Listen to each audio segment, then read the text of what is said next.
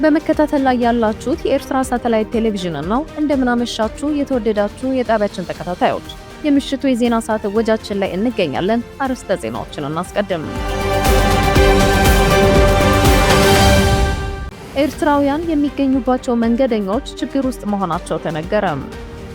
ጠቅላይ ሚኒስትር አብይ አህመድ ለኤርትራ መንግስት ጥብቅ ማስጠንቀቂያ ሰጡ።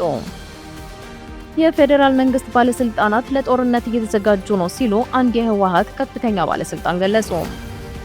የሶማሊያ ፓርላማ አዲሱን ህገ መንግስት አጸደቀ። ኢራን አዘርባይጃን በሚገኘው ናክቺቫን ዓለም አቀፍ አየር ማረፊያ ላይ የድሮን ጥቃት ፈጸመች። እነዚህንና ሌሎች አበይት ዜናዎችን ይዘናል። እስከ ፍጻሜው አብራችሁን ቆዩ።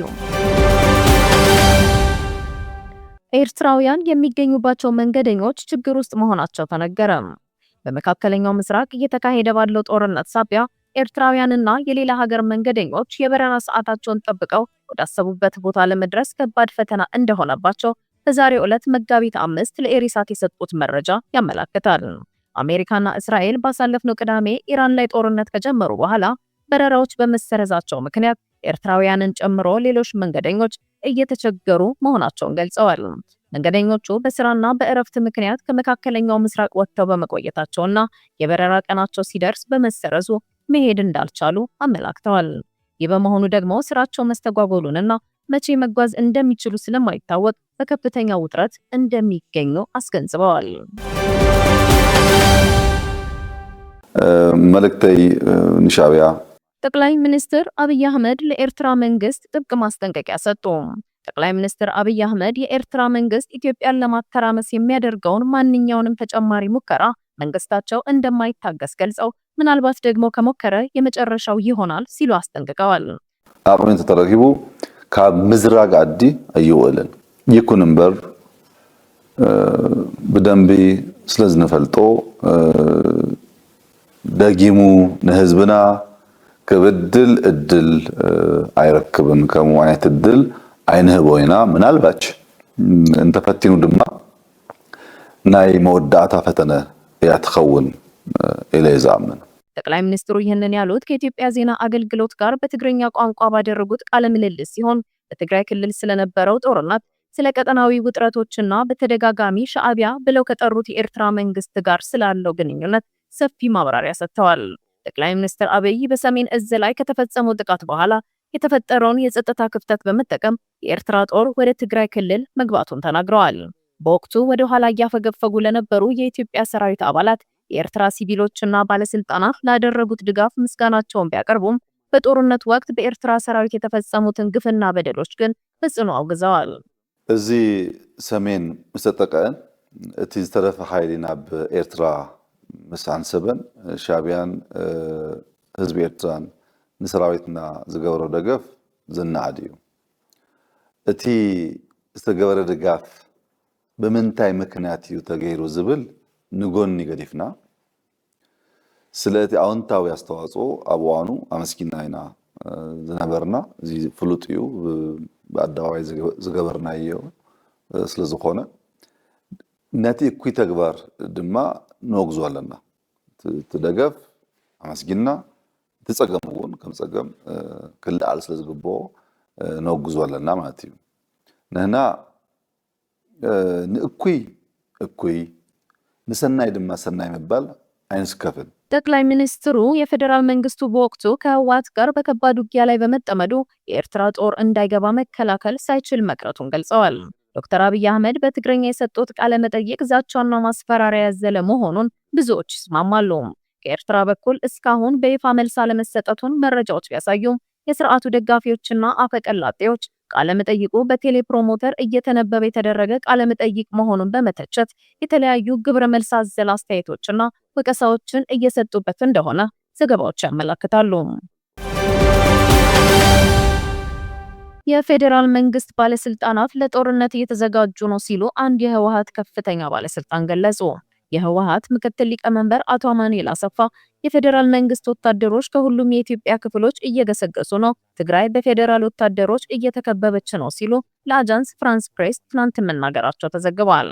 የፌደራል መንግስት ባለስልጣናት ለጦርነት እየተዘጋጁ መሆናቸውን የገለጹት ባለስልጣኑ ሁኔታው በሰሜኑ የሀገሪቱ ክፍል አዲስ ግጭት ሊነሳ ነው የሚል ስጋት ማሳደሩንም አመልክተዋል።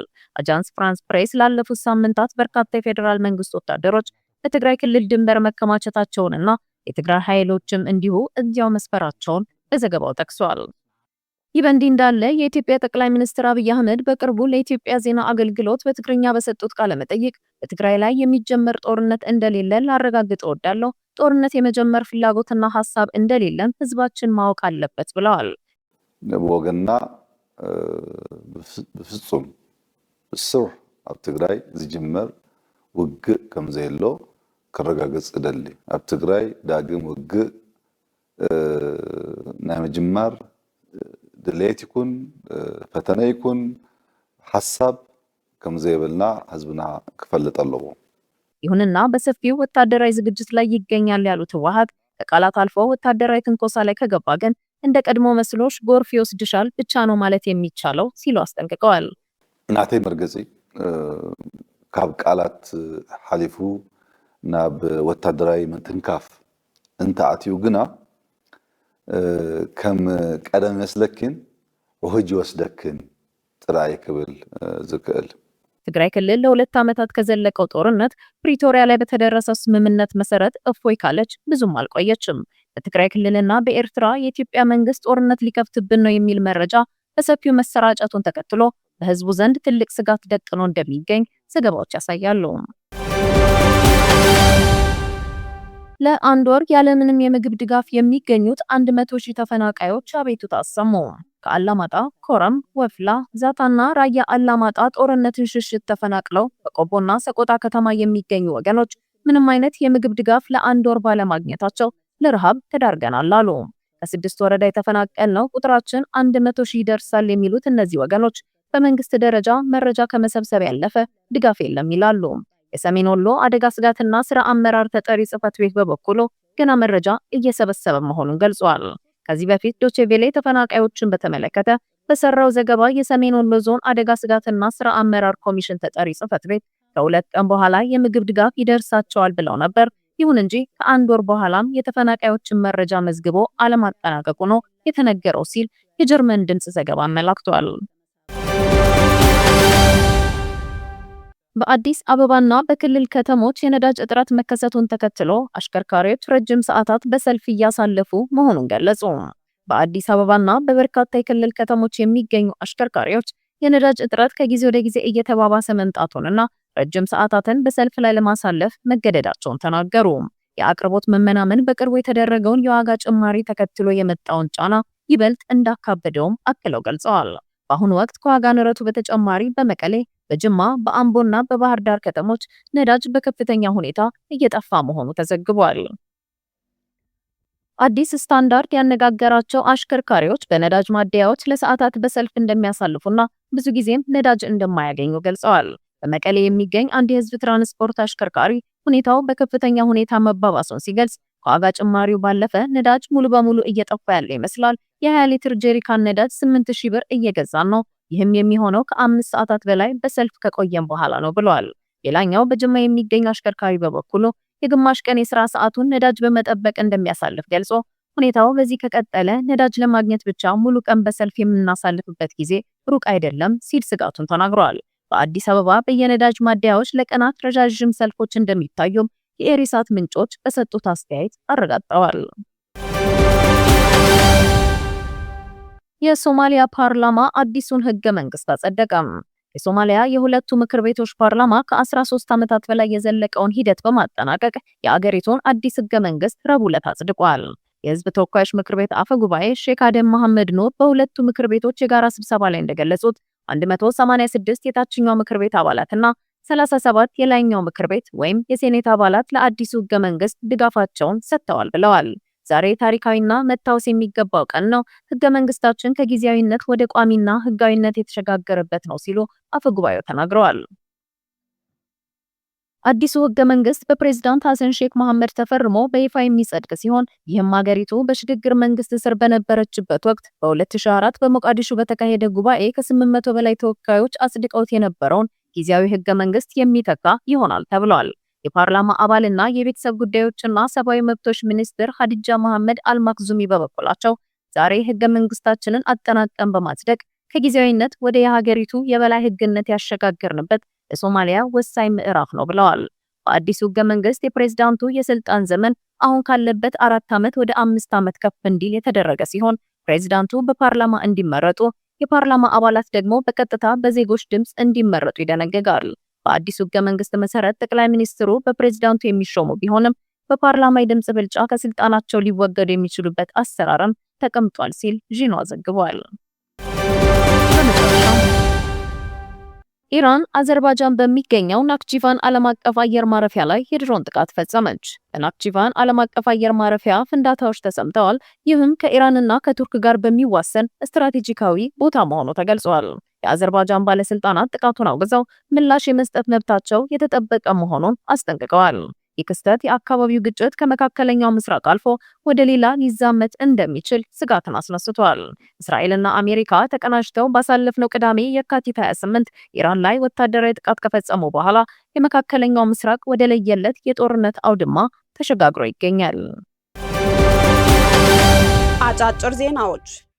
በእስራኤል የሚገኙ ኤርትራውያን በአገሪቱ ባለው ጦርነት ምክንያት ጥንቃቄ እንዲያደርጉ ጥሪ ቀረበ። 6ኛው ቀኑን በያዘው እስራኤልና አሜሪካ በኢራን ላይ የጀመሩት ጦርነት ተከትሎ ኤርትራውያን ጥንቃቄ እንዲያደርጉ ከተለያዩ ኤርትራውያን ማሳሰቢያ እየደረሰ እንደሚገኝ መረጃዎች አመላክተዋል። በአማራ ክልል የሚካሄደው ውጊያ ወጣቶች ላይ ከባድ ተጽዕኖ ማሳደሩን ተገለጸ። በአማራ ክልል በመንግስትና በፋኖ ታጣቂዎች መካከል እየተካሄደ በሚገኘው ጦርነት ወጣቶች ከፍተኛ ኢኮኖሚያዊና ማህበራዊ ጉዳት አድርሶብናል አሉ። በክልሉ የተለያዩ አካባቢዎች የሚኖሩ ወጣቶች ጦርነቱ ባለፉት 2 ዓመታት እንደ ልብ ተንቀሳቅሰን እንዳንሰራ አግዶናል፣ በተለይም መፈራራትና ጥርጣሬ እንዲያድርብን አድርጎናልም ብለዋል። ቴክኖሎጂን መሰረት ያደረገ ጾታዊ ጥቃት እየተባባሰ መምጣቱን ተነገረ። በኢትዮጵያ ዲጂታል ቴክኖሎጂ አጠቃቀም ከቅርብ ዓመታት ወዲህ እያደገ መጥቷል። የማህበራዊ መገናኛ ዘዴዎች ተሳትፎ ደግሞ 17.7 በመቶ ደርሷል። በዚያውም ልክ ጾታን መሰረት ያደረገ ጥቃትን ጨምሮ በበይነ መረብ ደህንነት ላይ ስጋት የሚያሳድሩ ጎጂ ባህሪያትንም እንዲስፋፉና በስፋት ሊሰራጩ የሚችሉባቸውን ምቹ ሁኔታዎችን ፈጥሯል ተብሏል። አሜሪካና እስራኤል በኢራን ላይ የከፈቱት ጥቃት 6ኛ ቀኑ ላይ በቴሄራንና በሌሎችም የኢራን ከተሞች ውስጥ ከባድ ፍንዳታዎችን ሲሰሙ ከኢራን በኩል ከፍተኛ መጠን ያላቸው ሚሳኤሎችን በእስራኤል ላይ መተኮሳቸውን ጦር ሰራዊቷ አስታወቀ። አሜሪካና እስራኤል ጦርነት ከከፈቱበት ባለፈው ሳምንት መጨረሻ አንስቶ ከኢራን የተወነጨፉ 75 ሚሳኤሎችና 123 ድሮኖችን ማውደሟን ባህሬን አስታወቀች። ቻይና ወደ መካከለኛው ምስራቅ ልዩ መልእክተኛዋን እንደምትልክ የአገሪቱ ውጭ ጉዳይ ሚኒስተር ዋንግ ይ ረቡዕ ዕለት ተናገሩ። ልዩ መልእክተኛው በመካከለኛው ምስራቅ እስራኤልና አሜሪካ ከኢራን ጋር የጀመሩትን ጦርነት ያሸማግላሉ ተብሎም ይጠበቃል። በአዘርባይጃን የኢራን ሰው አልባ አውሮፕላን ጥቃት ፈጽመው 2 ሰላማዊ ዜጎች መቁሰላቸውን የአገሪቱ የውጭ ጉዳይ ሚኒስተር አስታወቀ።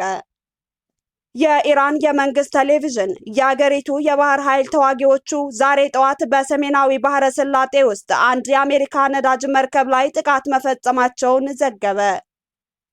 መርከቧ በፋርስ ባህረ ሰላጤ ሰሜናዊ ክፍል በሚሳኤል ተመታለች እና በአሁኑ ሰዓት በእሳት እየነደደች ነው ሲል የእስላማዊ አብዮታዊ ዘብ በመንግስት ቴሌቪዥን በሰጠው መግለጫ አስታውቋል። የተወደዳችሁ የኤሪሳት አድማጭ ተመልካቾች ለዛሬ ምሽት ያዘጋጀናቸው ዓለም አቀፋዊ የአማርኛ ቋንቋ ዜናዎች የእስካሁኑን ይመስሉ ነበር። ስለተከታተላችሁን እናመሰግናለን። ጤና ይስጥልን።